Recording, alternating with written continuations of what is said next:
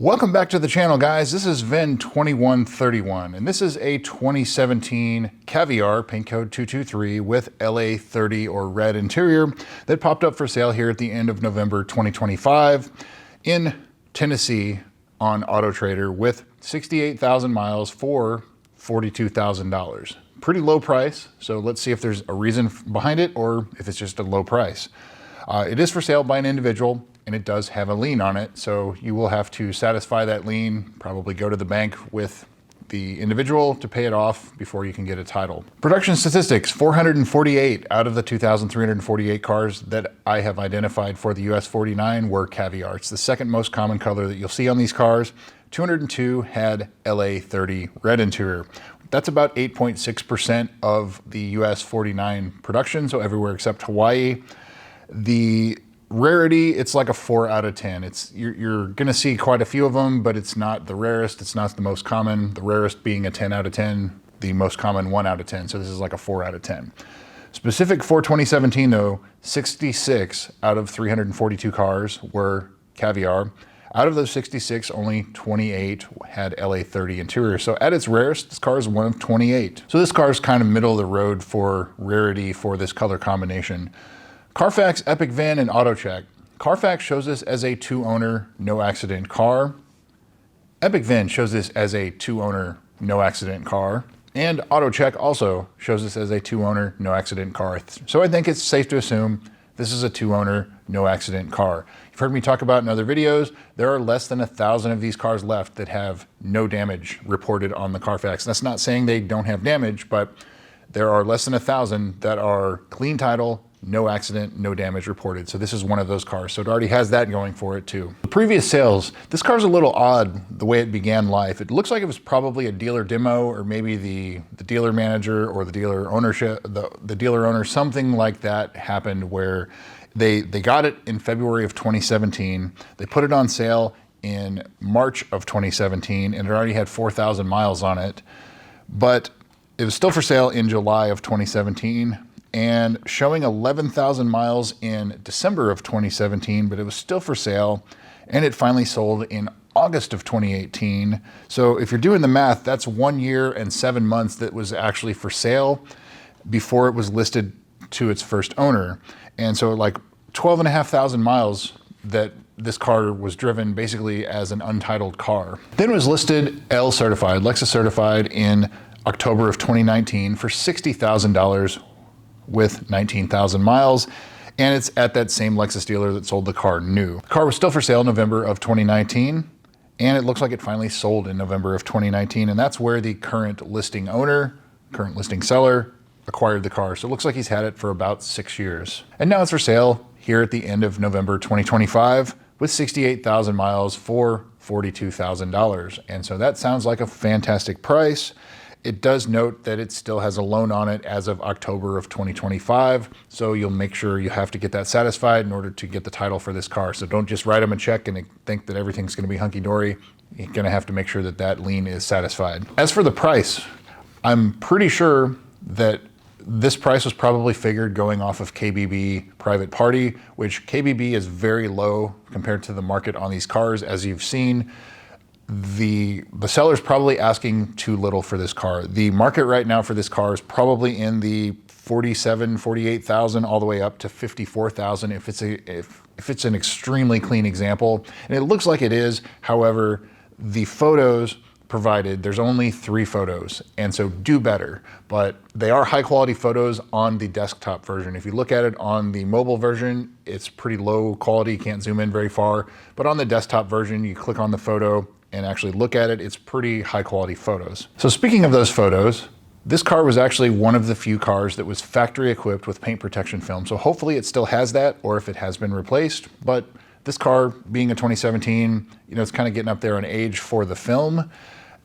I'd probably consider looking at getting it removed and replaced if it still exists there. So this car was also equipped with a factory heads-up display, which was standard on the 16s, but it was optional on the 17 through 20s, and this car has it, but this doesn't have the split polished wheels, so that it comes with the base model wheels, which are the same style of wheel, just gray instead of polished and gray. But as far as the interior photos go, Just from what I can see, I don't see any issues with the carbon fiber. It looks fairly clean overall.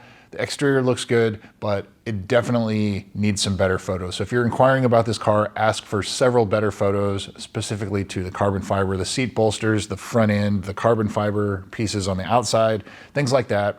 You definitely need to look a little bit closer on this, but the price, it's not low enough where you can just like jump on it sight unseen, but it's close. And so just satisfy yourself that there's no other cosmetic issues. And we'll jump into the service history here in a minute, but price-wise, this car should probably be closer to 50, not 40, 42,000. So I think that the price is fantastic. So there's no issues there. It doesn't have any accident history, and everything looks pretty clean overall just from the 3 photos provided. It is an Eastern Tennessee car, so they do have winters there, being up in the mountains, but just look underneath it, do a mechanical inspection, the usual things that you would do when you're looking at these cars, but I don't really see any red flags per se. So speaking of the service history, let's dive into it and look. It's pretty well dealer serviced on top of that, so another green flag. March of 2018, the JLB recall was done. That's the high pressure fuel pumps. Most of these cars have that done. Good to see it's done. 15,000 miles, December of 2018. They were noting that the front tires were excessively wearing quickly. And I would assume that's the inside of the front tires, probably because the lower control arm bushings. It's a common issue on these cars, and an alignment can only correct it so much. In that service, Lexus Goodwill paid 50% of the replacement cost because they were wearing so quickly. Front tires worn out at 15,000 miles. October of 2019, the KLG customer service program was done. That is the GPS reporting in the wrong location. So, if you're on the main road, it may show you off on the side road, something like that. That was corrected, but they also noted that they removed the front seat. And I don't know why, because all of this is done through the OBD2 port. So kind of odd and interesting there. And they also did a certified pre-owned prep. So I don't know if they're just maybe removing it to get some stains out underneath or some dirt, something like that, but a little bit weird going on there. May of 2020, they reported a scratch on the right side, and it may need to be redone by the body shop or collision, more than just what touch-up paint could do.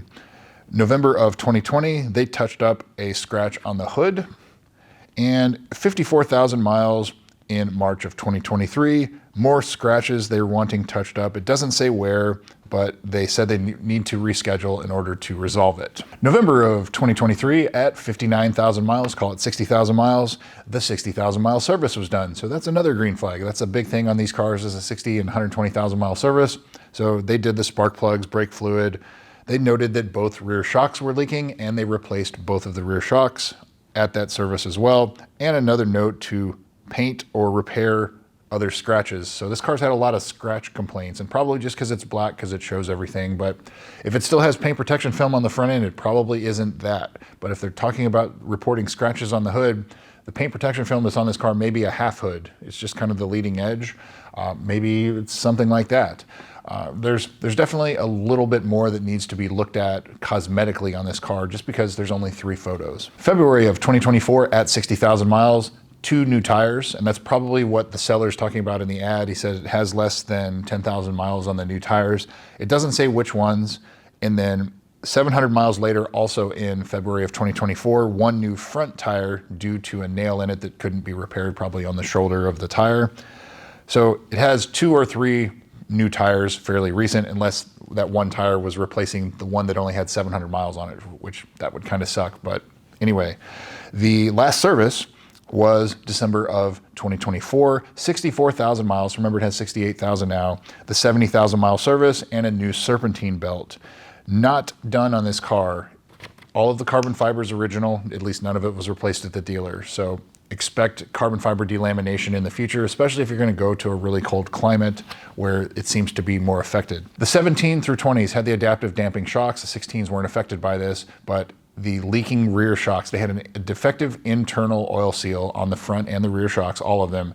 The rears have been replaced recently, so look at the front shocks and make sure those aren't leaking as well. They're not super expensive to replace, but it is something you need to look for on these cars. I don't see where the low pressure fuel pump was reprogrammed on this car.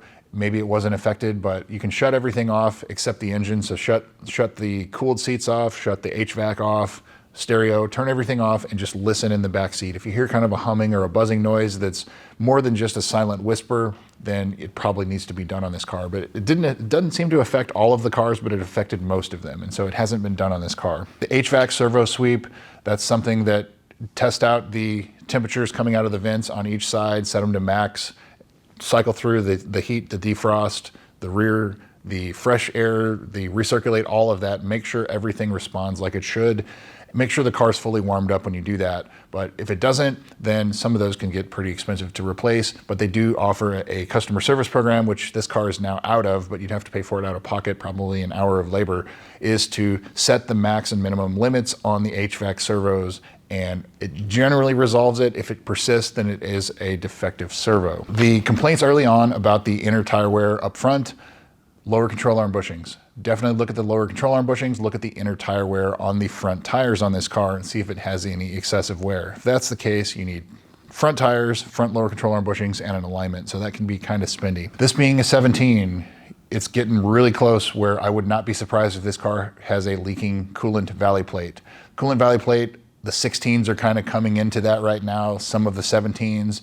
This is kind of, it's the age and heat cycles. It's not necessarily mileage that affects this. So I would, again, not be surprised if you need to do the valley plate. At the dealer, $2,000+, independent mechanic, $1,200, $1,500, something like that. But put money aside for that because it hasn't been done and it will eventually leak on this car. The only other thing I really don't see service-wise, I don't see where the transmission's been serviced, and I don't see where the torque vectoring differential has been serviced. Those are something that if you're a DIYer, you can do those, but the dealer will charge you for a transmission service, $300 to $400 or $500, depending on if it's a drain and fill or a complete drop the pan, new filter, everything like that. TBD, I've seen dealership quotes in the area of around $400 to do that. You can do it yourself for about $75 worth of fluid and a couple hours of your time. So not a big deal there, but it's something that probably needs to get done on this car. So finally, would I buy? Absolutely. I don't see any real red flags, subject to doing a pre-purchase inspection. Getting the valley plate inspected would be the big one, and looking further at the exterior cosmetically, like scratches, things like that. You saw in the service history, there were a lot of complaints about that. That would be really the only thing I would be concerned about. Look underneath, make sure it isn't too winter driven, not too rusty. These cars seem to hold up pretty well in the winter climates, if they are, but it is something to inspect, especially if you're not wanting one that's rusty or anything like that, but definitely look underneath. But yeah, this car, I definitely think it has great potential. It looks like it's one of the good ones. You know, there's so many of these out there that are basket cases. This one doesn't appear to be that case, and the price is right. So it's priced below market. It doesn't have any accident history, hopefully not too winter driven. And I mean, it really looks like a good one. So definitely worth going and checking out. So that's what I've got for you guys, VIN 2131. Thanks again for watching. We'll see you soon.